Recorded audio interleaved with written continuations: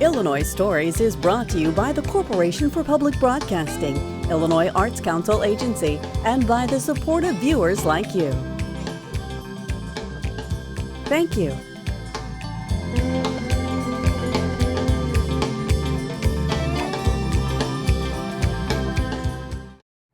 Hello, welcome to Illinois Stories. I'm Mark McDonald in Springfield at the Abraham Lincoln Presidential Library.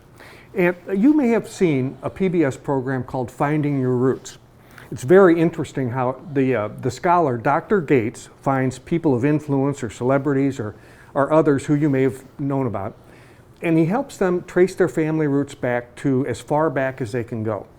Well, it's an interesting thing, and now with the internet and Ancestry and all these tools that are available, a lot more people are doing it, and there's a lot more thorough research going on. And somebody who would really know about this is the oral historian here at the Presidential Library, Mark Depew, who found himself in a situation where he became aware of a great-grandfather's Civil War letters that were protected and kept in good condition by your grandmother. And it led you on a little journey, didn't it? Tell us about it. But to start even before that, I was having a dinner with a fellow friend of the Military Officers Association. Polly Myers is this woman's name. And I mentioned to her that my dad had always said, you know, Mark, if you have a daughter, and I had a daughter, I have a daughter, that she could be a member of the DAR. Boy, I didn't know what the connection was. So I gave her a little bit of information that here's my family tree back to the Civil War, and I think all the way back to 1802. Well, she turned around and a few days later sent me all this information that I had a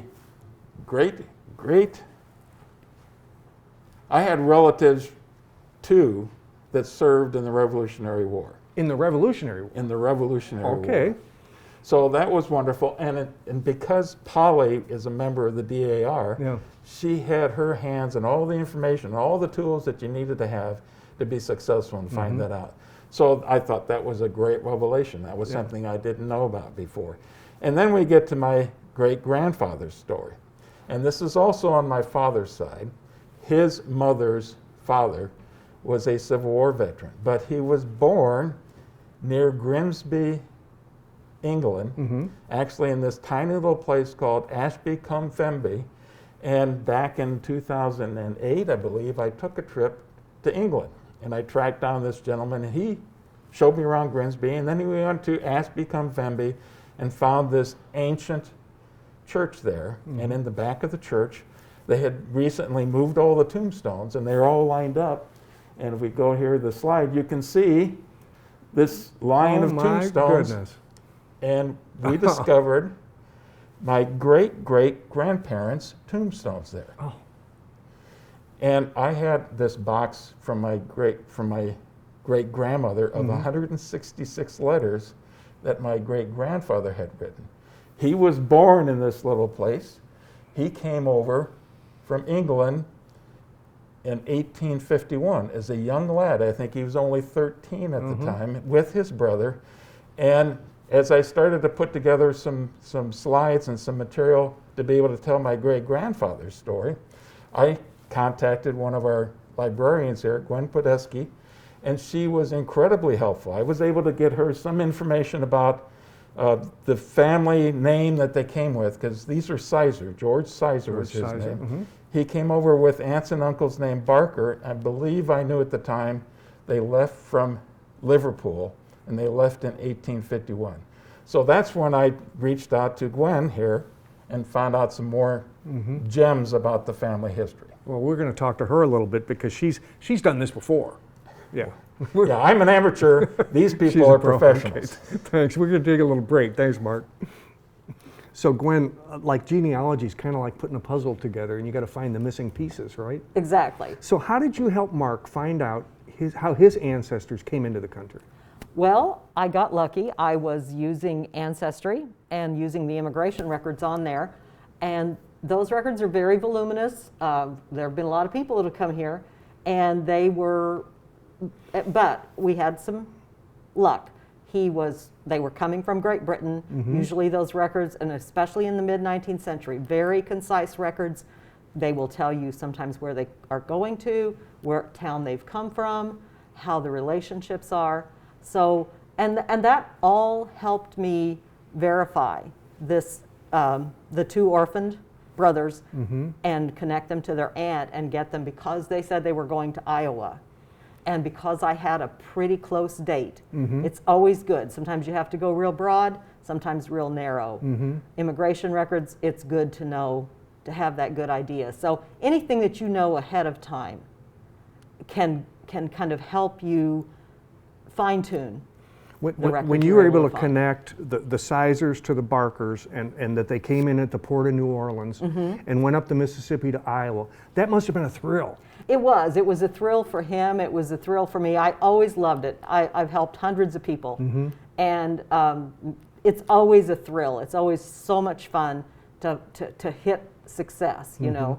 And so that was a lot of fun, and it also confirmed for me that yes, this would have been typical. They were coming to Iowa. New Orleans certainly would have been the port. Everybody thinks their families come through New York and Ellis Island. Ellis Island didn't even exist in 1851 as a facility. So oftentimes, coming from Brittany or from Great Britain or coming from Germany, you will find people landing in New Orleans, especially because you have to remember that old Mississippi was better than a railroad. And more people were going up and down it. So it was a very, very typical story in that frame. Well, thank you. Okay, Mark, so great-grandpa goes up to Iowa, probably does some farming or something like that, but he's only here for 10 or 11 years and the Civil War starts, right? Yeah, and like hundreds of thousands of other immigrants found themselves caught up in the Civil War. I know practically nothing about what he did between 1851 and 1862 when he responded to Lincoln's call for 300,000 volunteers. Both George and his brother Robert enlist in the 24th Iowa Volunteer Infantry Regiment. And then they get caught up in going through the basic training experiences. They know nothing about the military, obviously, before that time. But something happened where I'm guessing he was going to school as well as probably trying to make a living, and met a young girl in school. And that is a woman by the name of Elizabeth Tamer Bass, which we'll get to in a little bit. And by January 1863, this is not his first letter. He's written a few letters, and there's obviously there's a connection there between the two. And so let's listen to this first clip. And again, these are the letters that your grandmother saved. Right. I want you to write as often as you can, as I almost always go when mail comes in, to see if you have remembered me at that time. I received a letter from Lizzie today. There was also a note in it from Miss Hannah Davis, the first I have received from her. Now, what do you think? What do you think? Well, never mind, but you must not get angry and not write, or if you do, I shall write almost every day until you will answer me. So if you do not want to have more letters than you can read, you must write. I wish I could see you as I used to see you and hear that merry laugh again. Oh, how it would make my heart leap with joy to see you again and clasp you once more. I want to come home and find Tamer still my own as she was when I left her. I want her then to be my own dear wife. That will be the happiest day of my life. So this Elizabeth Tamer, is that the way it's pronounced? Tamer, who ends up finally does marry him right after the war, right, and becomes your great-grandmother? Correct. Okay. What do we know about her? Well, there's a little bit of information about her. Her father and mother were both, father was born in Canada, her mother in Ireland. She was born in 1848, so if you do some quick math, she's what, 13 years old at the time? Yeah. And maybe they met when she was 12 and he was like 22 years old at the time. Yeah. So he's 10 years older, but he's of an age now where he's getting more serious about it, and she was obviously receptive. But that's what I want to emphasize here. You can see a picture of her probably taken a couple years later, very young girl, and again, my supposition is that they met in school, and your imagination can race afterwards about the things that might have happened underneath the apple tree someplace, or on the playground, or in church, or in school as well. He would have been 20 in school at the time they would have. He would have been in 12. His early 20s, yes. Yeah. So let's go to the next one, because we get to his experiences in the war. Now, what happens after he deploys? He goes to Arkansas, Helena, Arkansas, and it's absolutely the worst place to be because it's described as nothing but a mud hole, mud everywhere. But it's obviously early in the Vicksburg campaign and Ulysses Grant's Vicksburg campaign. And so he's caught up in that. And there are several different engagements. That's a very complex campaign that goes on for 6 months or more, actually longer than that, because it begins in the fall of 1862 and goes way into the summer of 1863. He was part of the group that landed at Grand Gulf at the bottom left of this map, marches his way with his corps, with his regiment, all the way up to Jackson, Mississippi, and then the whole army heads east. Now, this is one of the most revolutionary moments of the Civil War, because Grant, after he gets to Grand Gulf, is living off the land with his entire army. They're living off the land. And that was something that nobody thought you should do. That is outrageous. You can't do that.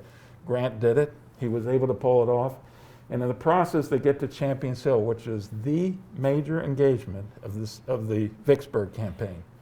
And mind you, right after this, you've got the Gettysburg campaign as well. You've got these two huge campaigns, one in the Western Theater, one in the Eastern Theater. So let's go ahead and play a clip now of my great-grandfather explaining his part of the action at Champions Hill.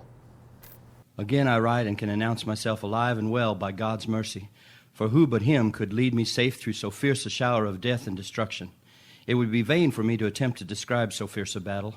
On the 16th day of May, we was told the enemy was ahead of us, so we was taken into a rye field and formed into battle line, where we sent out skirmishers who found the enemy, and the work of death began. First, the 1st Brigade of our division, then 2 regiments of the 2nd came into action. Then we was called upon, and away we went. We soon captured a rebel battery of 4 guns, but had no support, so we was driven back again, and a large number of our men killed and wounded. I was in the whole of it, but did not know a man was hit until we received orders to fall back. Then I looked back and saw half of the company was down. Our regiment lost in killed and wounded 201. But it was bravely done and worthy of the name of Iowa soldiers. Our regiment lost the most men in that fight, more than any other one, and our company the most of any company.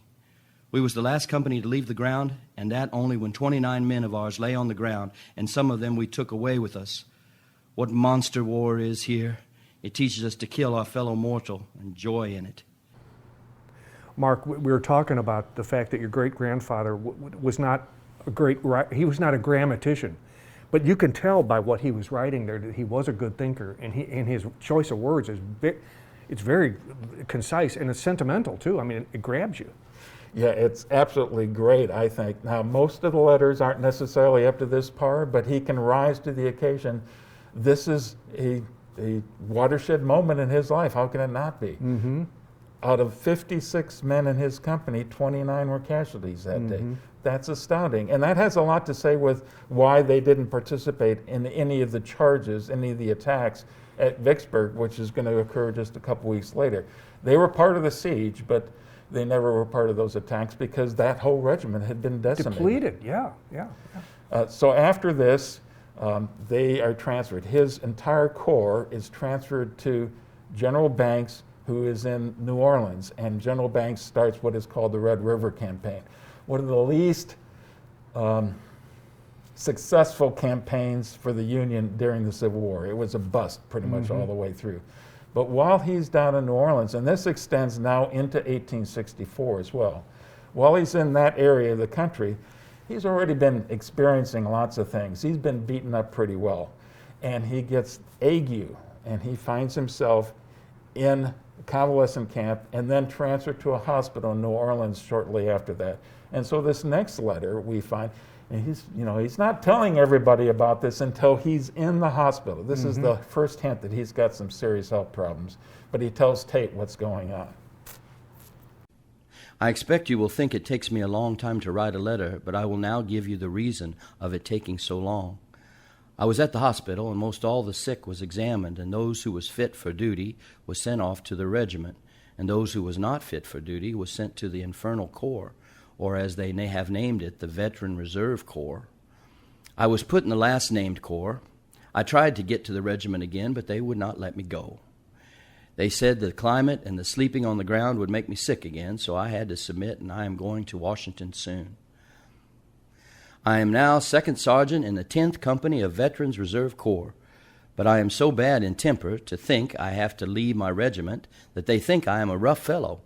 And I tell you, I make them get round on a double quick. I shall send you a likeness in my new suit when I get to Washington and let you see how sick I look in a jacket. Mark, you mentioned, we're talking about his hospitalization. You mentioned the disease ague.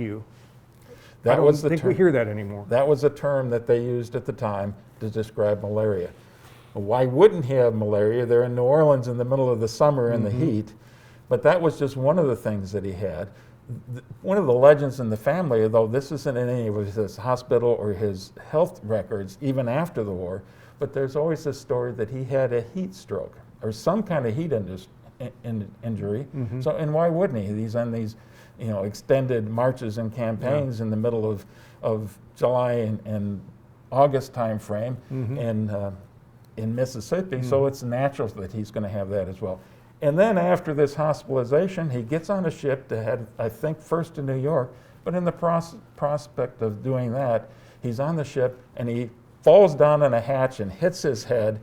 And so he's now got another injury on top of everything else going on. And even before that time, the Army has decided he's not fit for frontline duty. So as he said, he's going to be in this Veterans Reserve Corps. Posted to Washington, D.C. I love that picture of him. The uniform doesn't look great, but they have a different uniform for the Veterans Reserve Corps. And another friend of mine was able to verify that, that's the uniform the Veterans Reserve Corps had. And you can see he's got sergeant stripes at that. A pretty young sergeant, but now he's got some heavy responsibilities. And he's a man in love. So he wrote this poem, I think, and he sent it home to tape.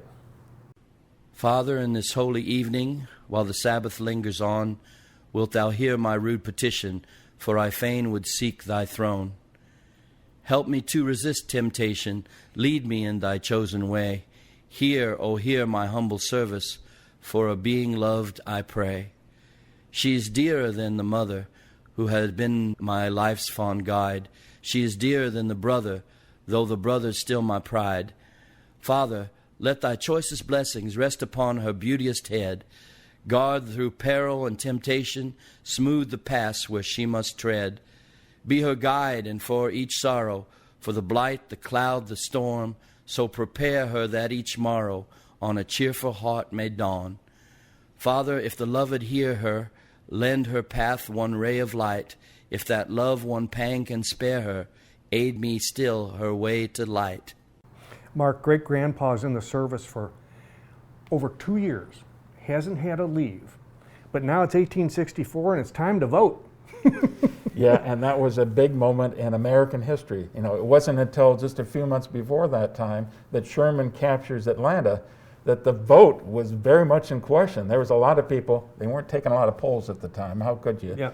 A lot of people thought that Lincoln was going to lose that election and that might end the war somehow. So there was a great concern, and they tried to get as many people as they could back to their home state.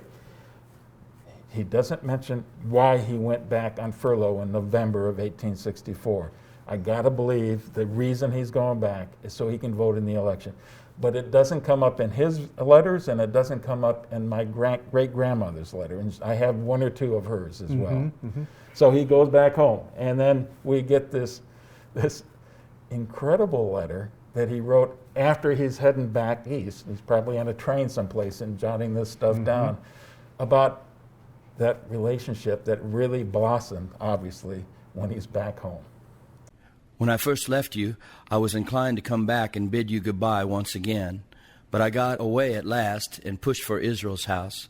But the very soul seemed gone out of me, and when I got to Israel's, Lizzie wanted to know of me what was the matter.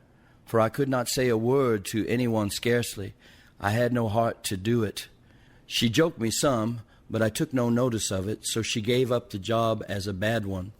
I declare I have become absent-minded and scarce know what I am doing half the time. Tate, I knew you loved me before I came home, but did not know you loved half so well as you do. God knows I have been mean to you, but I hope you will forgive me and love me as well as ever you did before you knew aught of the Hannah Davis affair. I did not see her to bid her goodbye, for I want her to understand it is you alone I love, and I do not want that she should be in my darling's way and in the least. The last night spent with you will be remembered long, and God bless you, dear Tate. The better I know you, the more I love you. He's a man in love, and he sees the war's coming to an end. He's going to get to go home. Yeah, and wouldn't you like to know more about the Hannah Davis affair? Yes, I would. I wondered about that. I said, no, wait a minute here. And the other thing I would have liked to know more about was that last night they spent together, but I'm sure that's something that my great-grandmother took to her grave, and we can understand why, you know, of course we can.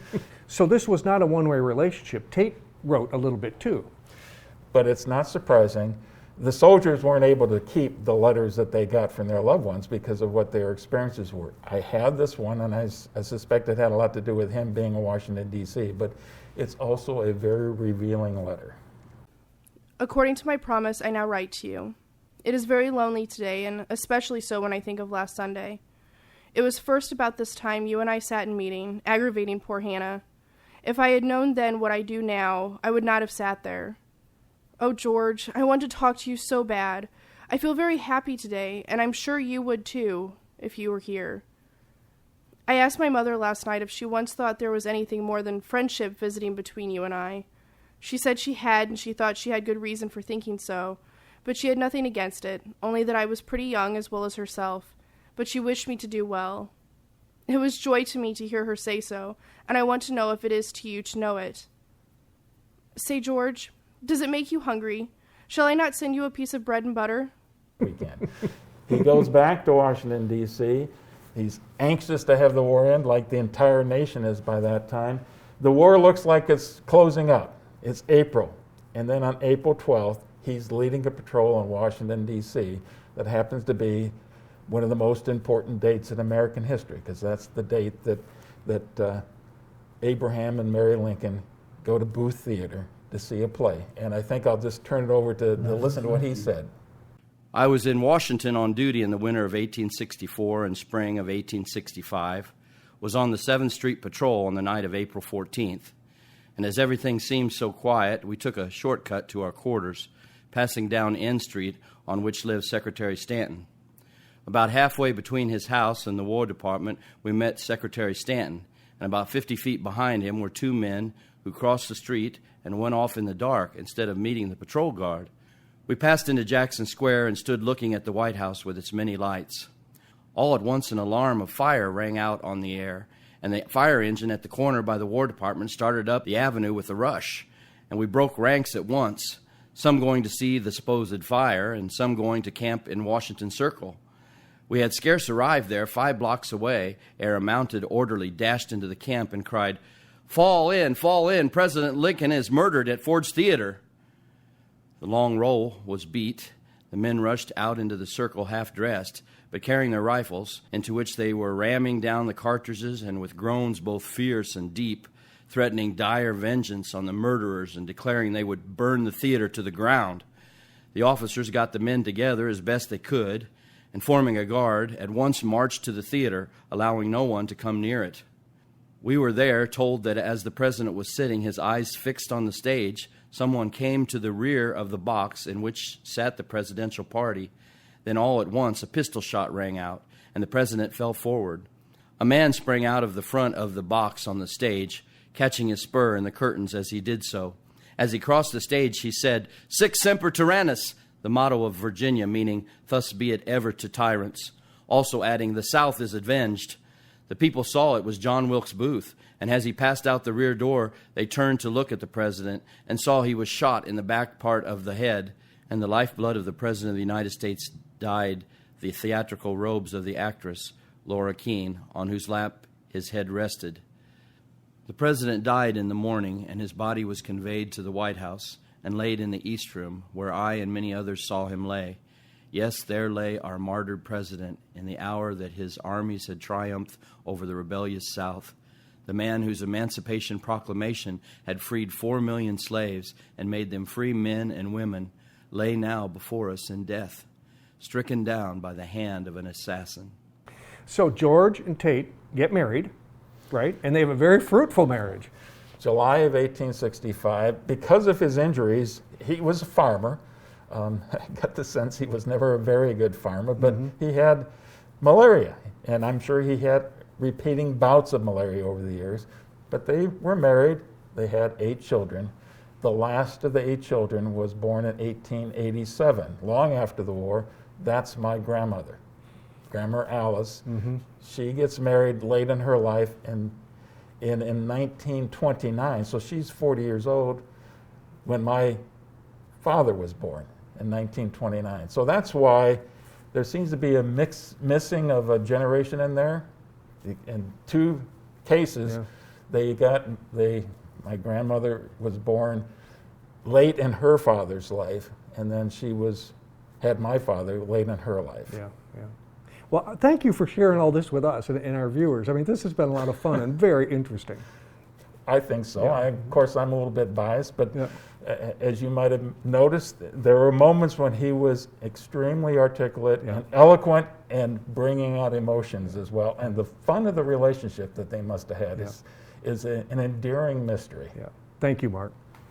Well, you may not have 160 Civil War letters in your possession or in your family background, but watch Finding Your Roots. It'll give you some hints on how to get started. There's online assistance like Ancestry. So if you're interested in this kind of thing, the information's out there. With another Illinois story in Springfield, I'm Mark McDonald. Thanks for watching.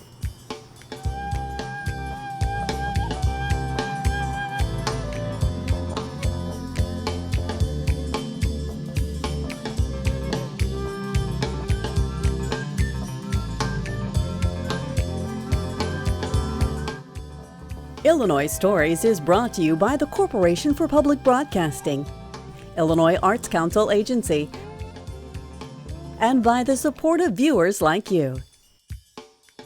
Thank you.